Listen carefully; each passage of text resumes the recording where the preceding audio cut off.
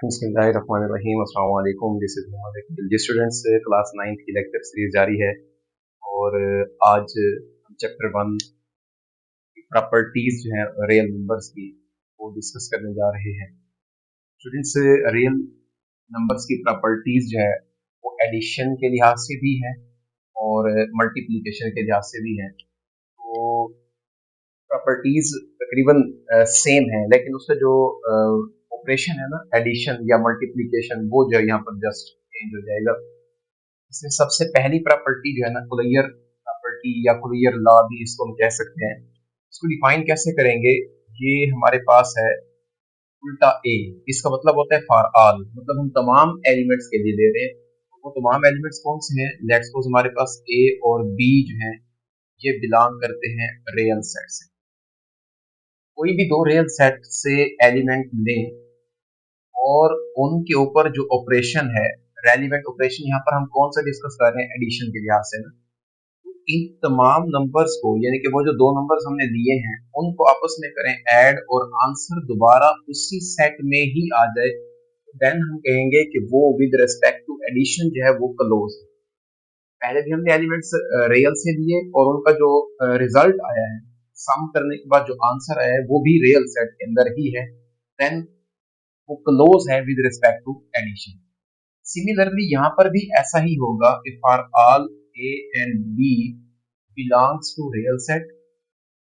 Just यहाँ पर operation change होगा। यहाँ पर मल्टीप्लिकेशन के लिहाज से है तो हम आफ्टर मल्टीप्लिकेशन देखते हैं उन दोनों का आंसर भी क्या आ जाते हैं, रियल सेट के अंदर आता है, तो देन हम कहते हैं कि ये क्लोज है विद रिस्पेक्ट टू मल्टीप्लिकेशन। मिसाल के तौर पर मैं यहाँ पर इसकी एग्जांपल पुट कर देता हूँ। हम कहते हैं कि 2 एंड 5 ये बिलोंग करते हैं रियल सेट से।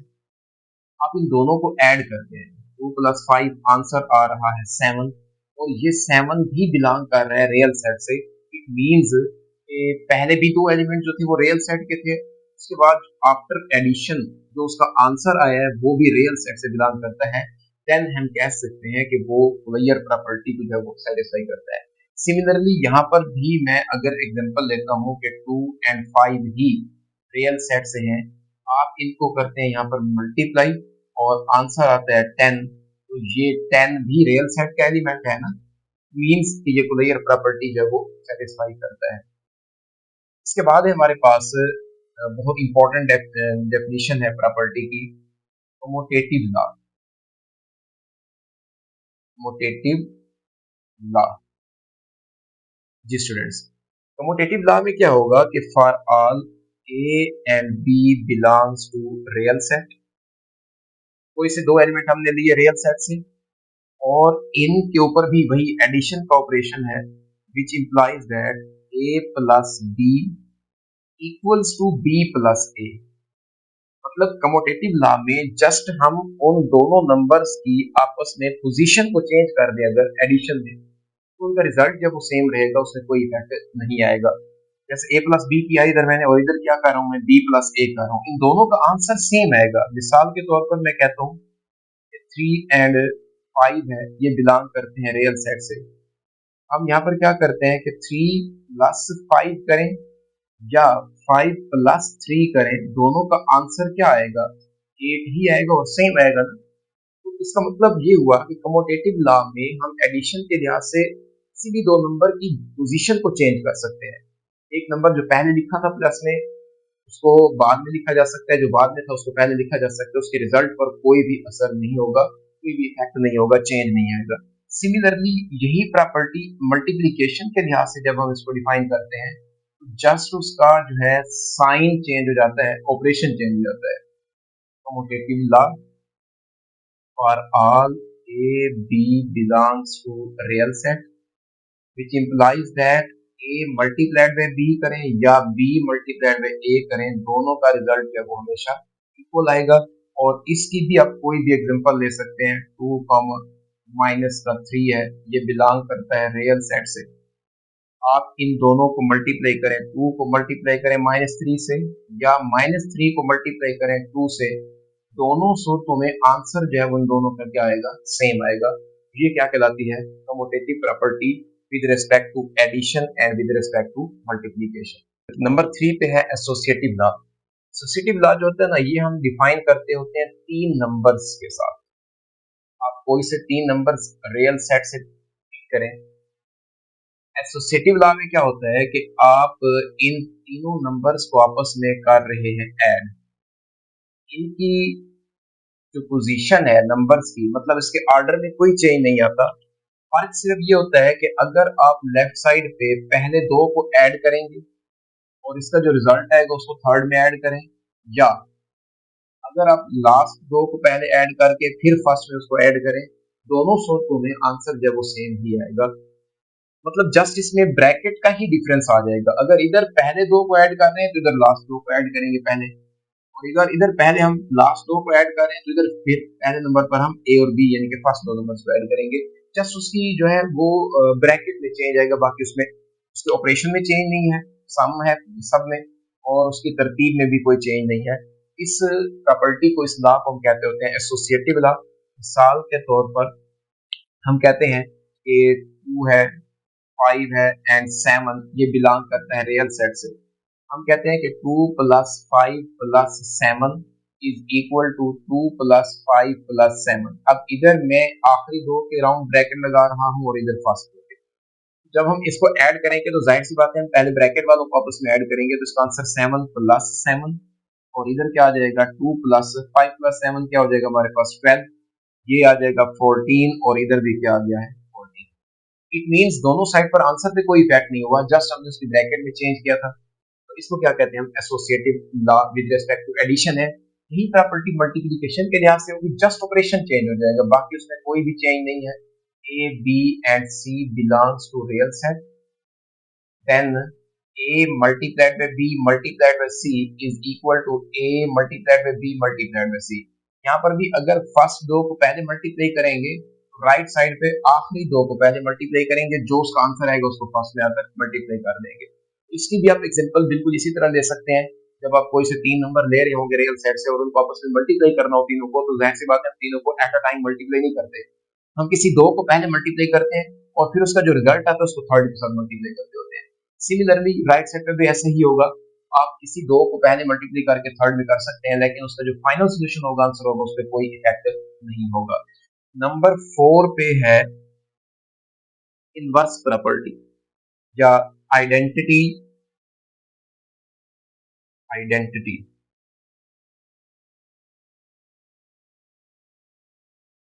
Identity property. आइडेंटिटी कोई एक एलिमेंट है for all A belongs to real set. हमने रियल सेट से कोई एक एलिमेंट लिया, ये यहाँ पर मैं एक सिंबल लगाने लगा हूँ उल्टा ई, इसका मतलब होता है देयर एग्जिस्ट, उसकी मौजूदगी को जाहिर कर रहा होता है। इस रियल सेट के अंदर एक ऐसा एलिमेंट भी मौजूद होगा जिसको मैं जीरो का नाम दे रहा हूँ। जीरो इस सेट के अंदर मौजूद है और इसका स्टेटस ये है सच दैट इस नंबर को आप किसी भी रियल सेट के साथ ऐड कर दें, क्योंकि हम एडिशन के लिहाज से प्रॉपर्टीज पढ़ रहे हैं। तो जीरो एक ऐसा नंबर है जिसको रियल सेट के किसी भी एलिमेंट के साथ आप ऐड करें, वो नंबर बजाते खुद भी आंसर आ जाएगा। जीरो उसके आंसर पर कोई इफेक्ट नहीं देगा। यहाँ पर क्या आ जाएगा, ए को जीरो में ऐड करें या जीरो को ए में ऐड करें, दोनों सूरतों में आंसर क्या आएगा, दोबारा भी ए आ जाएगा। जीरो को हम यहाँ पर कहते होते हैं zero is an additive identity.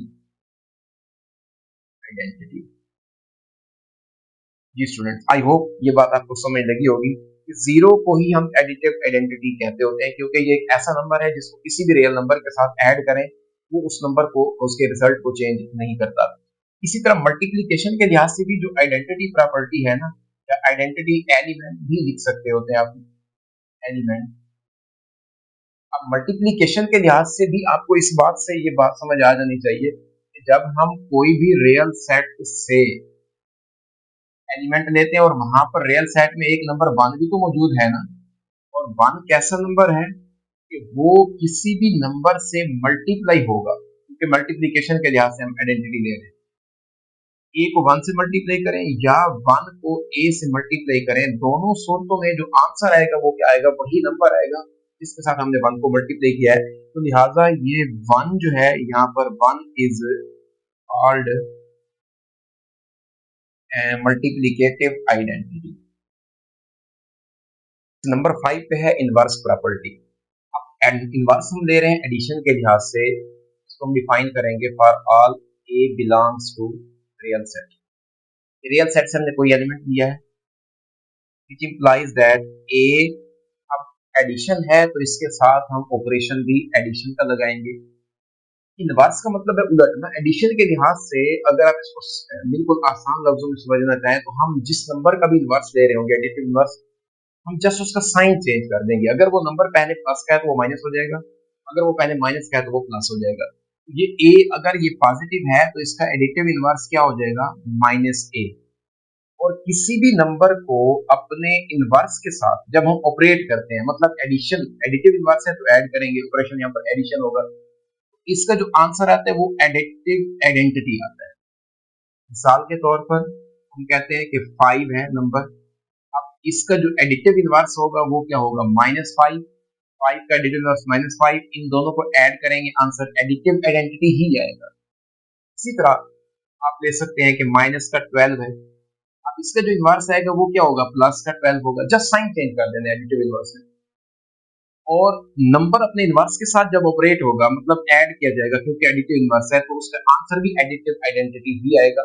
Similarly inverse property with respect to multiplication जो है ये क्या होगी, for all A belongs to real set, A का जो मल्टीप्लिकेटिव इनवर्स है ना उसमें जस्ट हम क्या कर देंगे, फ्रैक्शन को उल्टा देंगे। अब देखिए ए के ओवर में कुछ नहीं था तो 1 होगा, अब इसका जब हम रेसिप्रोकल लेंगे मतलब इसका जब बटा उल्टाएंगे तो 1 ओवर ए आ जाएगा। अब ये एक नंबर है कोई भी और ये उसका मल्टीप्लिकेटिव इनवर्स है। मल्टीप्लिकेशन के लिहाज से इनवर्स में हम जस्ट उसका फ्रैक्शन को उल्टा देंगे। तो जब हम नंबर को अपने इनवर्स के साथ ऑपरेट करेंगे, यहाँ पर ऑपरेशन था एडिशन का और यहाँ पर होगा मल्टीप्लिकेशन का, क्योंकि ये प्रॉपर्टी मल्टीप्लिकेशन के रिस्पेक्ट से कर रहे हैं। जब नंबर को अपने इनवर्स के साथ ऑपरेट करेंगे तो आइडेंटिटी भी उसी के लिहाज से आएगी कि 1 मल्टीप्लिकेटिव आइडेंटिटी था, ए से ए क्या हो जाएगा, कैंसल। मिसाल के तौर पर आपके पास है कोई नंबर 2/3, आप इसका इनवर्स लेना चाहते हैं मल्टीप्लिकेटिव इनवर्स, तो जस्ट आप इसका फ्रैक्शन उल्टा देंगे, 2/3 से क्या हो जाएगा ये 3/2। और अब जब इनको आपस में हम ऑपरेट करेंगे मतलब मल्टीप्लाई करेंगे तो 2 से 2 कैंसल, 3 से 3 कैंसल, आंसर जो आएगा ये भी मल्टीप्लिकेटिव आइडेंटिटी आएगा। सिमिलरली एक और एग्जांपल है -5/7 कह देता हूँ। अब इसका जो इनवर्स आएगा ना मल्टीप्लिकेशन के लिहाज से, उसमें जस्ट बटे को चेंज करना है, ना कि उसका साइन चेंज होगा। साइन माइनस का वैसे रहेगा, जस्ट हमें उसके क्या करनी है, फ्रैक्शन को उल्टा देना है।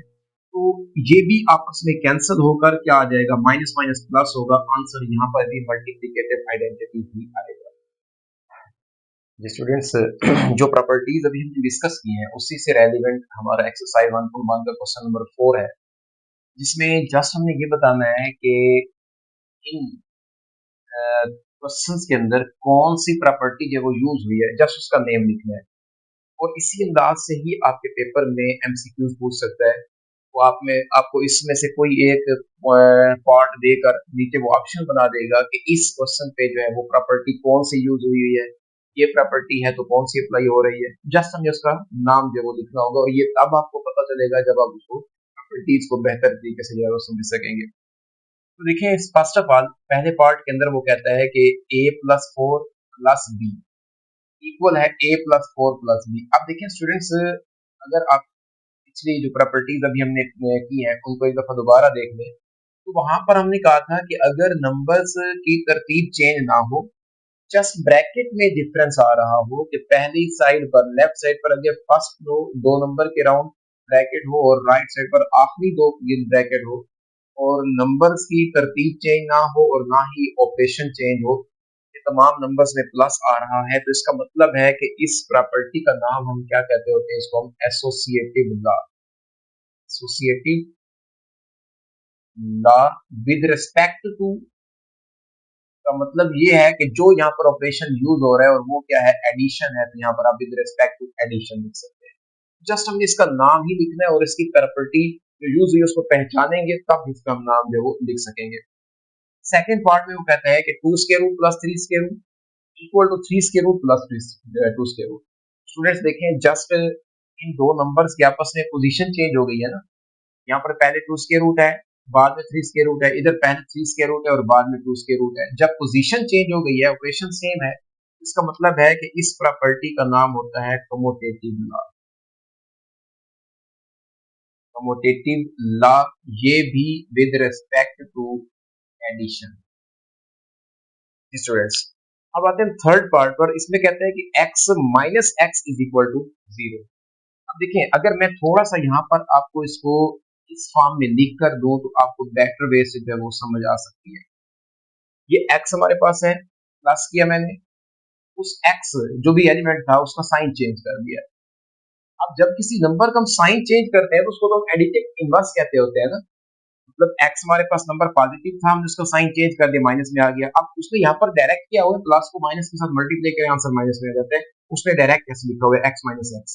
हमने क्या देखा है कि x कोई एक नंबर था, उसका साइन चेंज हो गया, तो इसका मतलब है एडिटिव इनवर्स प्रॉपर्टी यूज हो रही है, तभी जाकर इसका आंसर 0 आ रहा है।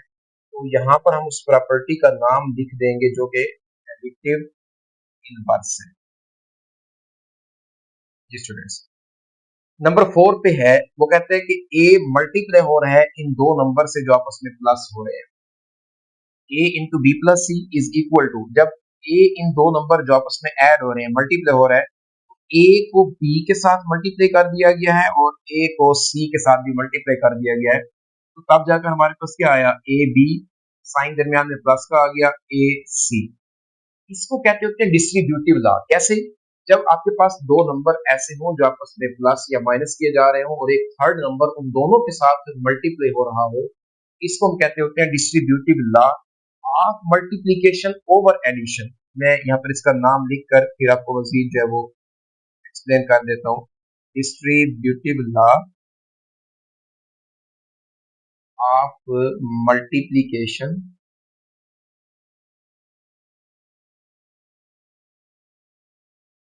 Over addition. जो दरमियान में दो टर्म्स प्लस हो रही है या माइनस हो रही है, उसी ऑपरेशन के लिहाज से ओवर एडिशन आएगा। हमने डिस्ट्रीब्यूटिव लॉ मल्टीप्लिकेशन क्यों कहा है, क्योंकि ये जो ए था ना, इन दोनों से मल्टीप्लाई हो रहा था। मतलब यहाँ पर मल्टीप्लिकेशन का ऑपरेशन था जो कि इन दोनों में डिस्ट्रीब्यूट कर दिया गया है। ए को बी के साथ भी मल्टीप्लाई कर दिया गया और ए को सी के साथ भी मल्टीप्लाई कर दिया गया। तो हमने मल्टीप्लिकेशन के ऑपरेशन को इन दोनों में डिस्ट्रीब्यूट कर दिया है। तो किस लिहाज से, एडिशन के लिहाज से। अगर यहाँ पर माइनस होता तो जस्ट यहाँ पर क्या आ जाता, ओवर सब्ट्रैक्शन आता। ये दो या दो से ज्यादा नंबर भी हो सकते हैं जो ऐड या सब्ट्रैक्ट हो रहे हो, और बाहर कोई एक नंबर अगर उसके साथ मल्टीप्लाई हो रहा होगा तो वो सबसे बारी बारी मल्टीप्लाई हो जाएगा। नंबर 5 पे वो कहता है कि 16 में 0 ऐड करें, आंसर चेंज नहीं हो रहा। तो 0 को हम क्या कहते होते हैं, 0 एक ऐसा नंबर है जो किसी भी नंबर में जाकर ऐड होगा तो आंसर चेंज नहीं होगा। इसका मतलब है कि 0 को हम एडिटिव आइडेंटिटी कहते हैं। तो यहाँ पर जो प्रॉपर्टी यूज हो रही है वो एडिटिव आइडेंटिटी है। जी स्टूडेंट्स, सिमिलरली क्वेश्चन 6 में कहता है कि 100 को मल्टीप्लाई किया हमने 1 से, आंसर फिर भी क्या आ गया, 100 आ गया।